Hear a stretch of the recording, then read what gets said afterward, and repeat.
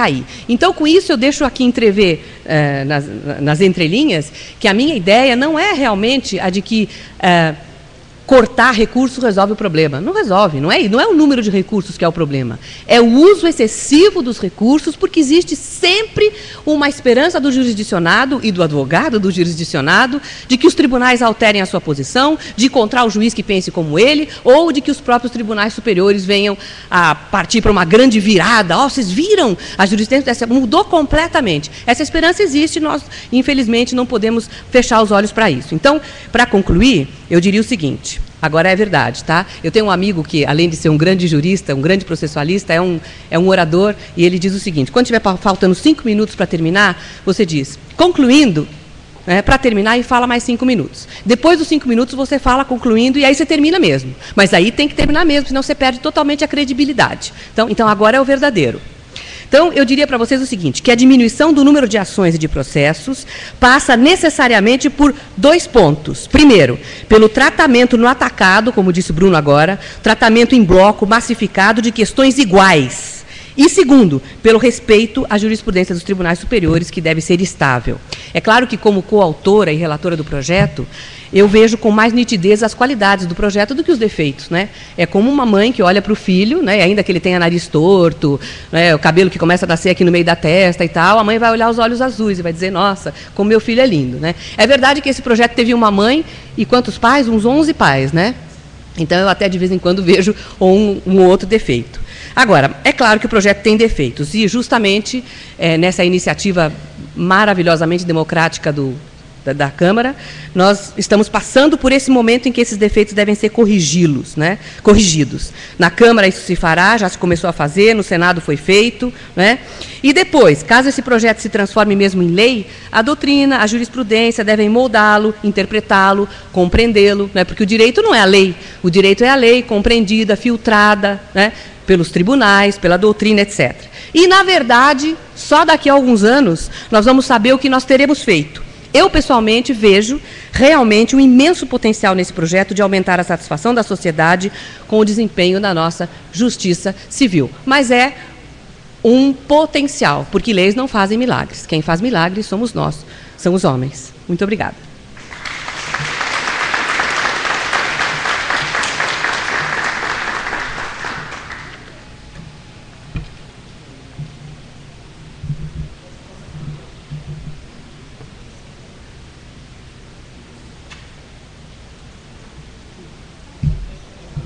Bom, tendo em vista o adiantar da hora, não será possível abrir para debates.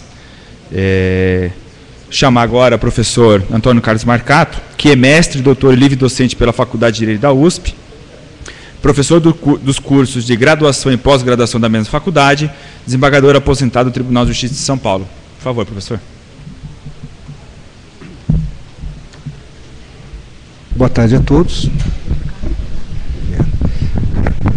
Mauro Capelletti, no trabalho Processo e Ideologia Società, ele diz o seguinte, que os processos da Civil Law, tirando o processo austríaco, alemão, eventualmente, são processos que funcionam como uma espécie de um relógio defeituoso. Ele para um pouquinho, você dá um tapa, ele anda, para um pouquinho, você dá um tapa, ele anda, e dar o tapa significa aí a questão da iniciativa. O processo, o Código de Processo Civil atual, em vigor, não é, de iniciativa de Alfredo Buzaide, ele se ressentia de alguns defeitos realmente, e esses defeitos, coincidência ou não, nunca foram alterados enquanto o professor Buzaide foi vivo, era vivo. O professor Buzaide morre e em 92 começa a reforma, timidamente, em 94 a Leclode, em 95. O ano passado, o artigo 544, em agosto, foi alterado. Não é, o agravo da decisão que denega segmento de recurso especial extraordinário. Ou seja, o código tinha problemas. Mas ele começou a ser reformado e a reforma estava praticamente pronta. Daí, segundo alguns, a inoportunidade de um projeto a essa altura do campeonato. Muitos se posicionaram contra o anteprojeto, ou até a própria existência de uma comissão que fosse elaborada. Agora, cá entre nós, temos o projeto.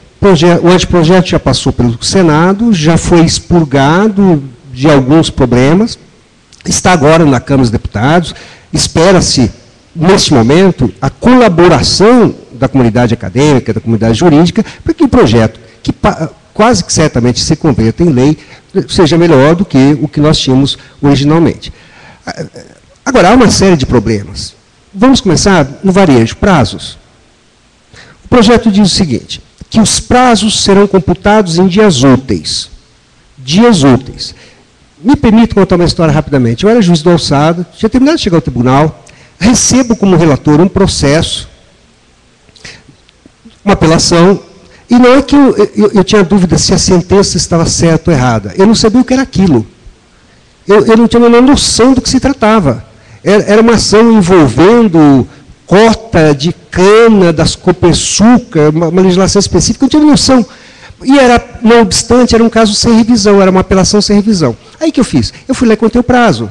E 16º dia, o recurso foi interposto 16º dia. Eu imaginei, não posso ter tanta sorte. Contei de novo, 16 dias. Peguei um calendário e circulei e contei de novo, 16 dias. Então eu não fiz voto, não. Aliás, fiz um voto, não admito o recurso por intempestivo. E chegou no dia do julgamento, 3 volumes. Eu chego lá e falo, olha, eu não conheço do recurso porque ele é intempestivo. Eu tinha terminado de chegar ao tribunal e os meus colegas podiam até não saber se eu era tecnicamente bom ou não, mas aritmética cá entre nós. Eu falei, eu não conheço, o segundo falou, não conheço, o terceiro falou, não conheço, então apregou-se, o recurso não foi admitido por intempestividade, e esse que vos fala resolveu criticar o advogado. Eu falei, puxa vida, um caso como esse, o advogado perde o prazo por um dia. A hora que eu falo isso, um dos integrantes da Câmara, que não obstante não estava na turma, ele falou, não foi feriado municipal? Eu falei, sei lá. O Código Nacional. Ele falou, pois é, mas pode ter havido um feriado municipal, pode ter havido uma atividade qualquer. Aí ele pegou, a bolsa dele estava no chão, ele pegou, tirou uma tabela do tribunal que eu não havia recebido, eu vou morrer com essa imagem, e ele virou e falou assim, que cidade era? Eu falei, Piracicaba. Ele falou, é feriado. Aí veio o presidente e falou, bom, então é caso de conhecer do recurso. Todo mundo, inclusive eu, falei, sim, é caso de conhecer, o recurso é tempestivo. Então vamos prosseguir o julgamento. E eu, para minha vergonha suprema, disse, eu não tenho voto. E eu pedi adiamento, era relator. Por que eu contei essa história? Porque a contagem de dias úteis pode levar a esse problema, o devido respeito. Mas sabe o que mais? O código, no artigo 186, fala contagem de prazo de dias úteis. Quando ele trata dos recursos, ele diz o seguinte, todos os recursos, exceto os embargos declaratórios, terão prazo de interposição e contra-razões de 15 dias. E a indagação é, 15 dias úteis? Ou 15 dias. Ou seja, os prazos serão computados em dias úteis para toda e qualquer atividade processual, exceto para os recursos, me parece que aí há uma incongruência. Não é? No projeto, no anteprojeto, quando se referia ao prazo de recurso, fala dias úteis. Agora, no projeto, não se fala mais dias úteis. Basta que confiram depois o artigo 948 do projeto. Depois a questão da suspensão do prazo, do artigo 187. Suspensão dos prazos, agora em geral. Olha, gente, com a emenda 45 de 2004, e com a inserção daquilo que hoje é o artigo 93, inciso 12 da Constituição Federal, ficou proibida, ou foram proibidas, melhor dizendo, as férias coletivas para os juízes de primeiro grau e de segundo grau. As férias coletivas permanecem nos tribunais superiores. Foi uma boa medida, à época imaginou-se uma boa medida, isso ia agilizar o trâmite processual, não tem sentido os juízes coletivamente entrarem em férias, aquela coisa toda que nós conhecemos. Só teve um problema. Constatou-se que o advogado que age solitariamente não tem mais férias, porque o advogado que age solitariamente tem que trabalhar o ano todo. E daí duas uma, ou se altera a Constituição e restabelecemos as férias coletivas, o que não é o caso, ou então se acrescenta uma norma no Código de Processo Civil, que é o artigo 187, me permite a brincadeira, já que não pode mais haver férias coletivas para os juízes, haverá férias coletivas para os processos. Porque os processos ficarão suspensos, todos os processos ficarão suspensos, segundo o artigo 187, de 20 de dezembro a 20 de janeiro, inclusive. Para que não haja aí uma colidência com o artigo 93, inciso 12 da Constituição, o que é que se coloca? Diz lá, ressalvadas as férias individuais e feriados instituídos, os juízes e membros do MP, defensoria e auxiliares, exercerão suas atribuições nesse período. Isto é, os processos não terão curso, mas os juízes irão trabalhar. E o parágrafo 2º diz que os tribunais não julgarão. Bom, então, com devido respeito, São férias coletivas. De uma forma, talvez subrepetícia, não é? Mas são férias coletivas. Eu creio que esse dispositivo talvez possa ser aí questionado sob o ponto de vista até da sua própria constitucionalidade. A eficácia imediata das decisões. Eu acho essa possibilidade, eu até discordei recentemente num outro evento aqui em Brasília, eu acho essa possibilidade de eficácia imediata, de atribuição de eficácia imediata às decisões, eu acho excelente. Eu acho excelente porque passou da hora de se confiar nas decisões dos juízes de primeiro grau. É óbvio que determinadas decisões não podem ter eficácia imediata na medida em que determinados direitos não podem ser revelados ou satisfeitos provisoriamente. É claro que não tem sentido uma sentença de divórcio ser executada provisoriamente. Mas aquelas sentenças que têm os atributos, as características de título executivo, estas sim, no meu modo de ver, elas devem, e pelo projeto serão, passíveis de execução imediata. Inverte-se a regra atual. Hoje, as sentenças, uma vez objeto de apelação, aspas, não produzirão efeitos. Fala-se que a apelação tem efeito suspensivo. Na verdade, não é a apelação que tem efeito suspensivo, é a sentença que, no período recursal, ela é irrecorrível, em tese. Ela fica sujeita aí à possibilidade de recurso e não produz efeitos. Inverte-se essa equação. As sentenças passarão a ter eficácia imediata e, se houver um risco de dano em razão do cumprimento provisório, daí sim, efeito suspensivo a ser concedido pelo relator. Eu acho essa técnica muito boa. Em outras palavras, o juiz de primeiro grau profere a sentença, a parte resignada apela, inicia-se a execução provisória, o executado, entendendo que possa sofrer dano irreparável, ele pede não ao juiz de primeiro grau, ele pede diretamente ao tribunal que seja lhe conferido o efeito suspensivo, e esse desembargador, inclusive, já ficou sua competência prevista para o julgamento futuro de recurso. Eu acho essa ideia muito boa. Não sei se na prática vai funcionar de forma eficaz, mas realmente seria uma técnica a ser examinada com muita atenção. A irrecorribilidade das interlocutórias.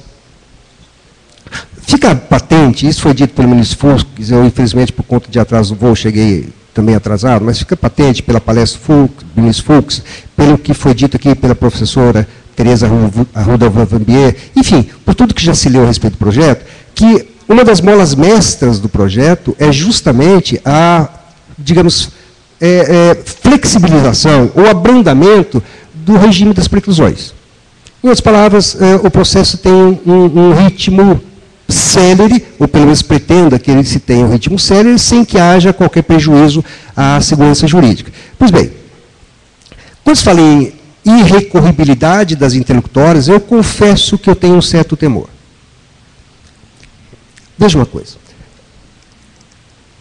Imagina-se que o legislador pense todas as hipóteses que permitam, sendo o caso, a interposição de agravo do instrumento. O projeto exclui a possibilidade de agravo retido, e o projeto exclui, aliás, a possibilidade de agravo em regra. Caberá o agravo na forma do instrumento em situações particulares indicadas pela lei.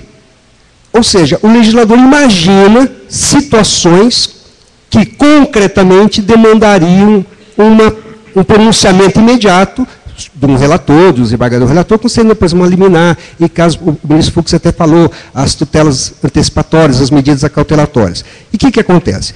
Apresenta-se aqui um rol de situações de admissibilidade do agravo de instrumento, é o rol do artigo 969. São 9 situações, não é? Pontuais, e uma norma de encerramento, que diz lá que também caberá agravo na forma do instrumento, e outros casos previstos em lei. O que me chamou a atenção, por exemplo, foi o inciso 7 do artigo 969. Ele diz o seguinte: cabe agravo do instrumento contra decisões interlocutórias que versarem sobre 7. Exclusão de litisconsorte por ilegitimidade. Exclusão de litisconsorte por ilegitimidade. Essa é uma situação que às vezes no dia a dia ocorre. E mais de uma vez eu enfrentei essa situação em tribunal em termos de pertinência recursal. O juiz fala o seguinte: considerando que o réu número 2 é parte ilegítima, está extinto o processo para o réu número 2. E daí ele fala: e o réu e o processo prosseguirá